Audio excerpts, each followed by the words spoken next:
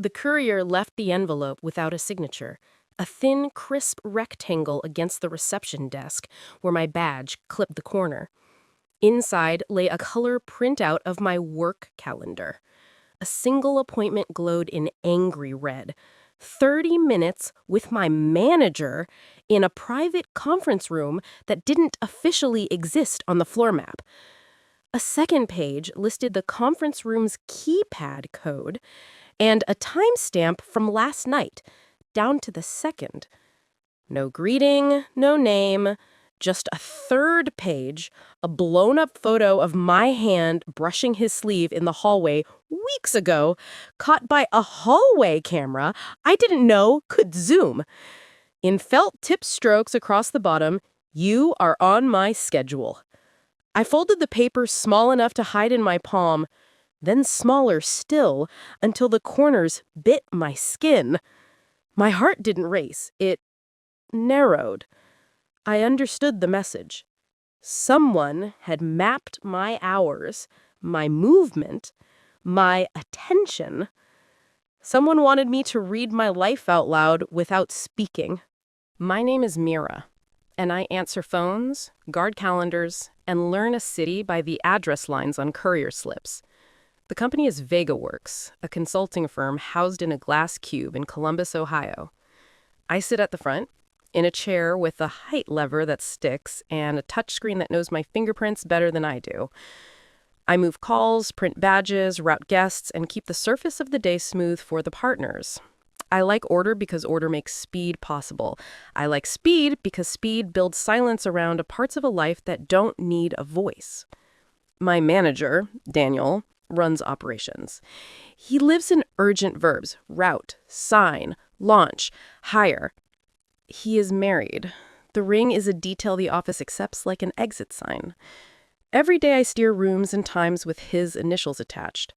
It began as proximity and stayed as momentum. I kept the lines clear until the envelope made the lines into a target. I didn't rehearse my answer to an accusation I hadn't heard yet. I rehearsed my posture, the way my shoulders would look to a camera. There's a room in our building that facilities pretends not to know. A leftover from a prior tenant, a door cut behind a movable wall. The code on the page belonged to that room. I had used it once for a frantic vendor call when the main boardroom overflowed. Nothing more. Still, the page marked me as if the room had left a stamp on my clothes. I deleted the red meeting on my calendar and replaced it with a decoy: desk cleanup. I changed nothing else. I worked the phones. I greeted a client with her legal name, not the nickname she preferred, because the moment required precision. I kept my eyes moving so they could not be caught by the security camera eye. When lunchtime came and the office thinned, I walked to the elevator without pausing, went down to the lobby, crossed to a copy shop, and used cash to send a single page to our general legal inbox, an image of my envelope's first page and the timestamp overlay. I added no note. I wanted a record to exist in a place I could not touch. The next envelope arrived as a floral arrangement addressed to the front desk. The stems were white and formal, too tall for the vase I kept under the counter. Tucked among them, another printout. A screen capture of our HR portal with my employee profile open. The cursor hovered above employment status, and a checkbox for voluntary separation sat empty like an open mouth. A tiny sticky tab marked the top edge. Not yet. The flowers were a signal flare laid in the open, a dare to act shocked. I refused the delivery and marked the shipment as misaddressed. 10 minutes later, my phone hummed with a silent calendar change. A meeting appeared for me in the HR office, flagged as check-in. No sender visible, no room number, only basement level C. That level housed the old mailroom and a server cage. HR used level B. Whoever set this wanted me off-pattern, away from witnesses, under fluorescent light, where a camera angles down. I did not go to the basement. I walked to building security and asked for a visitor badge reprint for a name I invented. While the guard typed, I watched the wall of monitors. The hidden room camera feed flickered, then stabilized as if someone had changed inputs. I learned the wife's name before I learned her face. Her name lived in a donor list for a local arts nonprofit, in the next day RSVP stack, and in a vendor contract whose PDF metadata carried her initials. She was a lawyer who understood summaries. She could write a intention into the margin of a day and make it look like a typo. She never contacted me directly. Instead, my world filled with angles. The way a partner leaned against the reception ledge longer than necessary, the way the operations team copied me on messages about things I didn't own, the way my badge sometimes blinked red at a door it always opened before. I kept my hands visible. I kept my voice measured when people asked for favors with their eyebrows. In the kitchen, I found a folded napkin near the coffee pods with a list of meeting rooms and camera blind spots printed in tiny columns. No signature. At the bottom, a handwritten line. I have better maps. The napkin felt alive. I slipped it into my jacket and told no one. Our company had an ethics hotline that routed to a third party. I knew because I had posted the poster on the internal bulletin board on my second day. The number was real. The promise behind it would be a test. That night, at my apartment with the blinds closed and the route and lights steady, I filed a report. I did not name my manager. I described the envelopes, the fake HR summons, the camera focus on a disused room, the napkin, the flowers. I stated dates and times with the numb clarity of a hospital monitor. I kept judgment out like a stain warded off with baking soda. I asked for two things. Preserve security footage from the lobby and levels A through C for the last 30 days, and audit all calendar invitations originating without a sender label. I closed the form without printing a copy. I did not want a paper trail reaching back to my kitchen table. The next morning, security asked me to swipe my badge twice at each door. They called it a firmware update. I understood it as a ledger. The company offsite took place at a boutique hotel 2 blocks away, the kind that hides its conference floors behind art installations and unbranded corridors. I checked in the guest list and handed out lanyards. When I reached my manager's name, the desk clerk slid a second envelope across the counter with it. My name was written on the front in block print that pretended to be careless. Inside, a photo of the hotel's service entrance and a printed schedule with a breakout slot underlined. A note at the top in the same sharp marker, "Bring your courage." The lobby felt like a stage built for other people's jokes. I anchored myself by repeating the order of sessions in my head like a passcode. At the break, I walked to the service entrance, not because the note commanded me, but because I refused to let the note define my movements. In the narrow corridor behind a kitchen, lined with rolling bins and silent carts, I found a USB drive taped to the baseboard at knee height. The tape matched the kind the facilities team used on the 9th floor. I pocketed it without bending ethics. I planned to hand it to IT in view of a camera. I watched the footage later in a small conference room with our head of IT because he insisted, and because part of me needed a shape for the fear. The drive held clips from our own building, slow pans of open floors, zooms on door handles, occasional frames of my shoulders crossing a hallway. The camera moved with intent, as if carried at waist height in an ordinary bag. The file names were dates, nothing else. At the end sat a single video of the hidden room. The door closed, the frame shook and steadied. My manager entered alone, removed a whiteboard from the wall, and checked his phone. He looked tired. He looked like a person counting seconds. The clip ended without event. It would have been innocuous if not for the angle from which it was shot. The corner facing the door, where there is no camera. Someone had stood inside before he arrived. Someone had owned the room before anyone else touched it. IT kept the drive and promised a chain of custody. I left the room with my stomach tight like a fist. The elevator mirrored my face back to me and did not offer comfort. I returned to the desk and noticed the top desk drawer ajar by a thickness of a coin. The drawer held a ledger book that did not belong to me. Inside, rows of dates aligned with invoice numbers for recurring services. Courier runs, dry cleaning for a single suit jacket size, flowers delivered and refused, a private driver on retainer marked as client hospitality. The ledger ran for months and ended with today's date, open and waiting, as if my pen owed it an entry.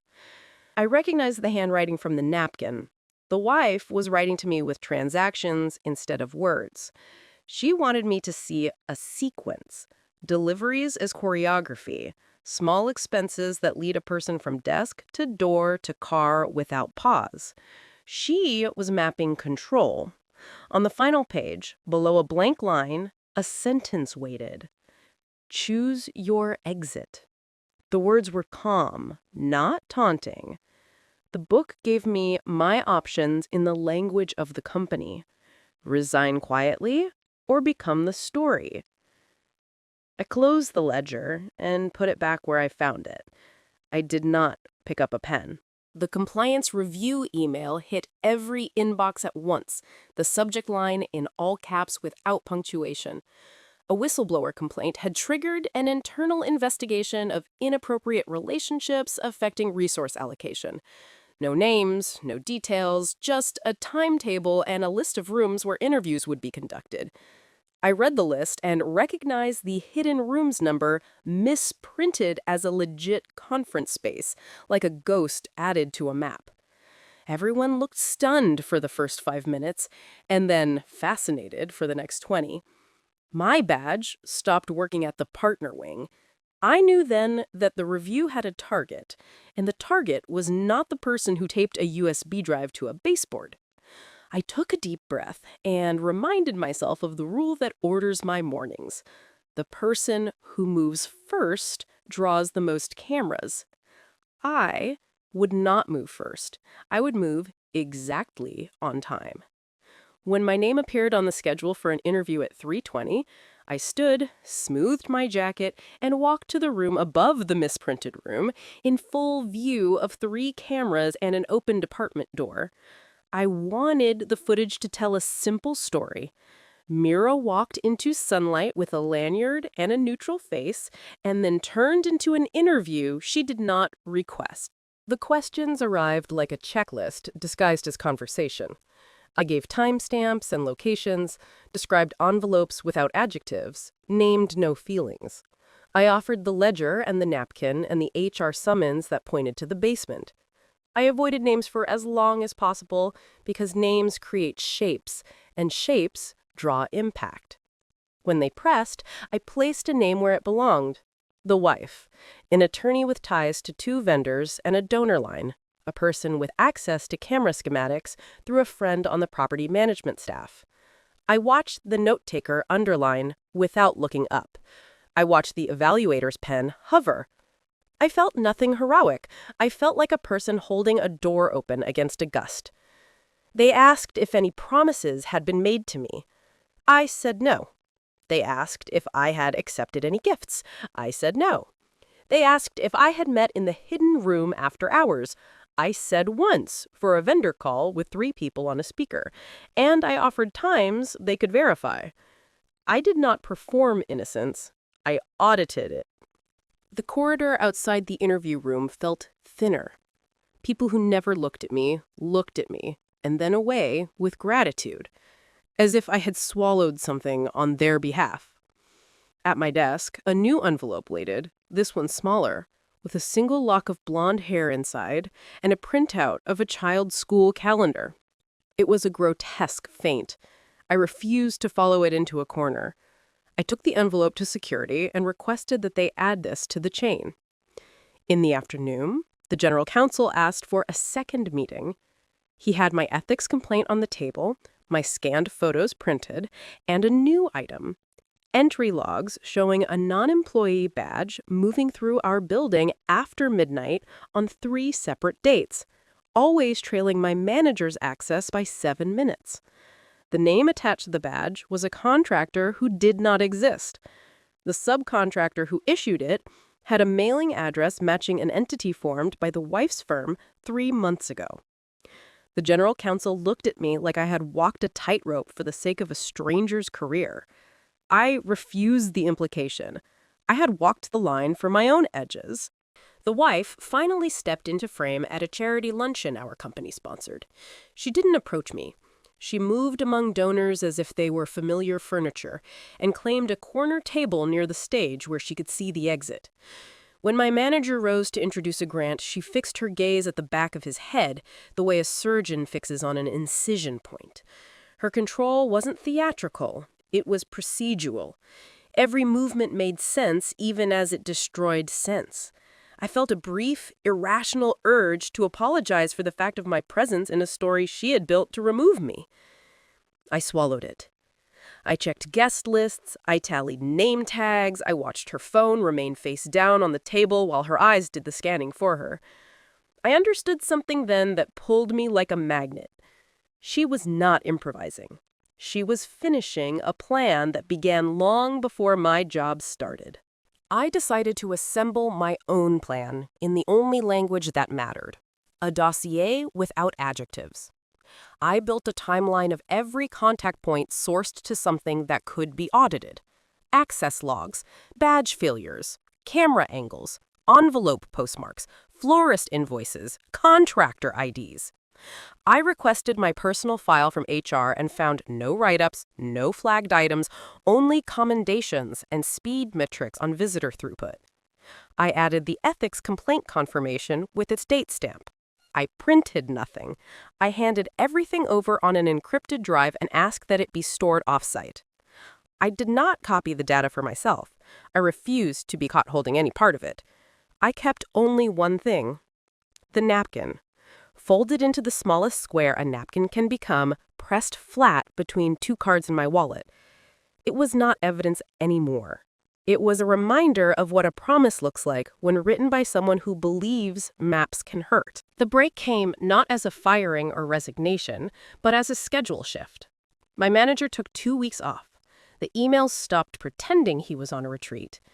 The company replaced his name on several documents with the title Interim. The gossip slowed for an hour and then diverted to a budget issue on a client account. The office continued to make coffee. The printer continued to jam exactly where it always jams. I worked my hours. I refused to carry silence like a favor.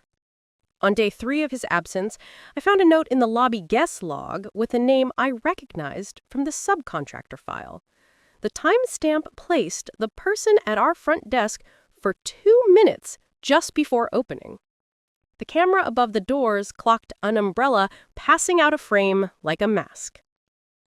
The picture didn't require me. I did not place myself in it. I forwarded the log to legal with a line that contained nothing but the name and the timestamp. The reply contained nothing but received. I drafted a resignation letter that said nothing about love or revenge or calendars. It cited growth and alignment and the kind of words companies file without reading. I saved it in a folder with a date 1 week out. I applied to 3 positions that required the same skills, but none of the same corridors. A small firm scheduled me for a test shift handling their front office during an investor tour. I accepted without celebration. Meanwhile, compliance posted a brief update that the investigation would now include access control practices and vendor relationships. It was a sterile line that meant the center of gravity had shifted. I understood the risk of being the person who stays through a storm.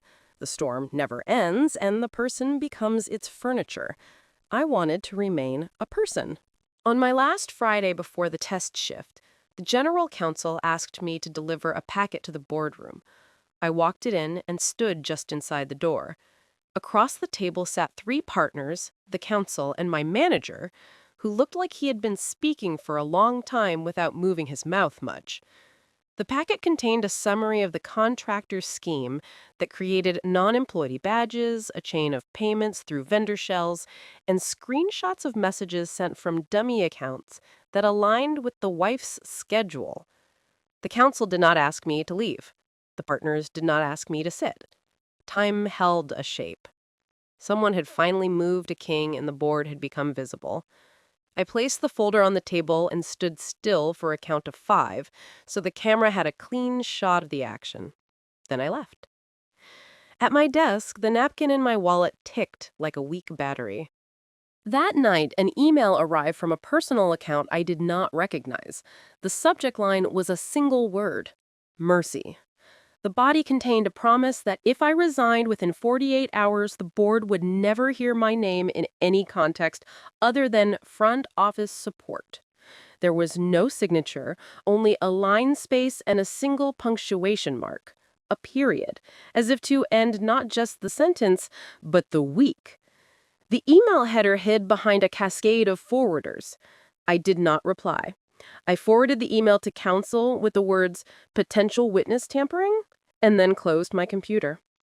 I refused to serve as my own informant to the kind of fear that dims a life. I lay awake without needing reasons. In the morning, I opened my laptop and accepted the test shift offer from the small firm. I did not yet send the resignation. I wanted to leave on a day I chose. The last envelope arrived thick with photographs, all taken inside our building at odd hours. The angles were too good and the frames too patient. In the corners, sometimes my elbow appeared, sometimes the back of my head, never my face, as if the lens wanted to keep me unspecific. The final photo captured my manager at his desk at night, a single light on at the far end of the floor, his posture bent in a way that suggested an answer finished before the question. Across that photo, in the same block print I'd come to recognize, a sentence cut like a razor through the glossy paper. He promised me certainty.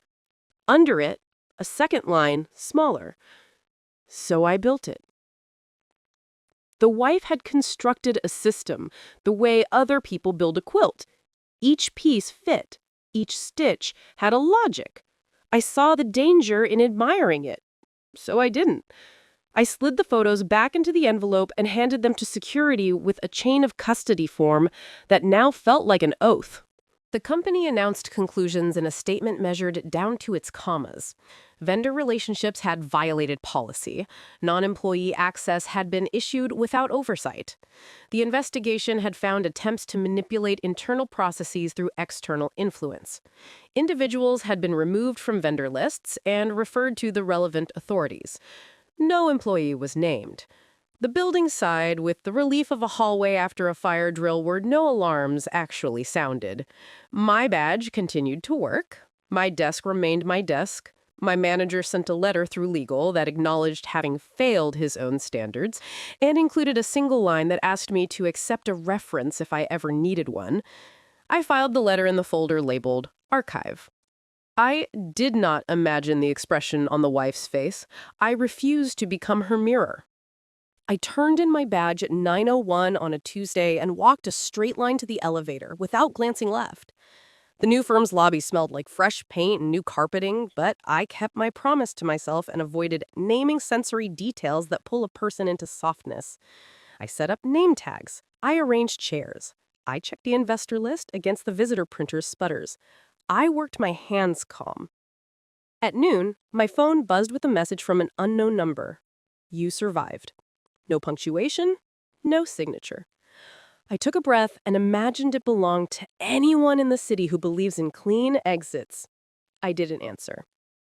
A week later, my old general counsel visited the new lobby under a different pretext, a meeting with my new boss about a potential contract. He did not look at me until he signed the guest log. Then he held my gaze for a single count of 3, a careful allotment, and said nothing because I had asked for a life without conversations that carry residue. He placed a sealed envelope on the counter addressed to me from the firm's switchboard. Inside, a single page from the investigation's final report stated that the non-employee badge had been used by a person whose photo matched the wife. There would be no public statement. There rarely is. But the record existed, and in that dry record lived the only apology I would accept. Cause linked to effect. I slid the page into my bag and returned to the list of arrivals, my hands steady. I caught sight of my manager once more in a grocery store aisle. Months later, standing in front of a shelf of breakfast cereal like a person learning to choose again, he was thinner and older around the eyes. The ring was gone. That detail landed with less noise than I expected. We did not speak. He noticed me and nodded as if acknowledging a fire escape sign he trusted would be there if the building demanded it. I walked past without pause, because pauses invite story. And I had finally learned to prefer the room without captions. I turned the corner and picked up a can of soup for dinner, an act so plain it felt radical. On my first performance review at the new firm, the office manager praised my throughput in a paragraph built from numbers, not adjectives. Visitors processed per hour, call transfers under 15 seconds, meeting start delays reduced by 2 minutes since my arrival. The math reminded me of the ledger the wife had placed in my drawer, and I felt a brief pulse of gratitude for the way numbers can be used without cruelty. I let the feeling rise and drop. I signed the review and filed it and returned to the desk. At 3:13 that afternoon, the building's fire inspection crew arrived without warning, and I rerouted guests, printed temporary badges, and moved a conference start by 4 minutes to save 20 later. Order as defense, speed as silence. It worked again. Late on a Thursday, the front phone lit with an outside number I recognized from the ethics hotline's call log. I let it ring once more than polite, and then answered. The voice on the other end asked for a person who didn't work here. I gave the standard line about wrong numbers and offered the main directory. The voice thanked me and hung up. 10 minutes later, a courier arrived with a small, unmarked envelope addressed to me. Inside, a printed email confirming that our old company had implemented a new access policy requiring 2 signatures for contractor badges. A policy change, nothing dramatic, nothing about me. Still, I allowed myself a small nod to the universe. Sometimes the smallest changes hold the biggest pieces of safety. On my walk to the bus stop after work, a billboard near the corner displayed an ad for the arts nonprofit the wife chaired. Her face was not on it, only a slogan and a date. I looked at it as one looks at any public thing that once carried private danger. The world did not tilt. I did not invent a monologue for her, did not script an apology. I recognized that she had used the tools she trusted to govern a marriage that didn't fit the story she'd promised herself. She had authored a system and then enforced it until the edges cut through her own hands. None of that required me to be central. I let the billboard be cardboard and ink. I stepped off the curb on the light. I keep one paper in my top desk drawer at the new firm. It is not a ledger. It is not a napkin. It is a checklist I wrote on a clean sheet during lunch the week I started here. It reads like this. Keep maps, but never worship them. Build schedules that leave room for the unplanned. Preserve facts in places you do not own. Leave rooms on your own feet. I follow it as a person follows a grocery list, without worship, without fear. Once a week, I rewrite the list and throw the old one away. Not because the ink fades, but because permanence misleads. Sometimes, when the lobby is quiet, I rehearse how I would handle a new version of the old scene. An envelope, a ledger, a photograph. I picture my hands steady as I log the package, scan it, route it where it belongs, and file the action in a system that does not need my dread to function. I do not prepare speeches. I do not craft letters to invisible audiences. I practice posture and timestamps, because posture and timestamps held the line when everything else wanted to blur. The investor tour I covered on my test shift months ago became a client. The contract sits in a binder in a cabinet behind the front desk. Sometimes the partners walk by and lift a palm toward me in a small gesture of gratitude. I lift mine back, a quiet transaction that asks for nothing and gives acknowledgement to the dull heroism of showing up and doing a job.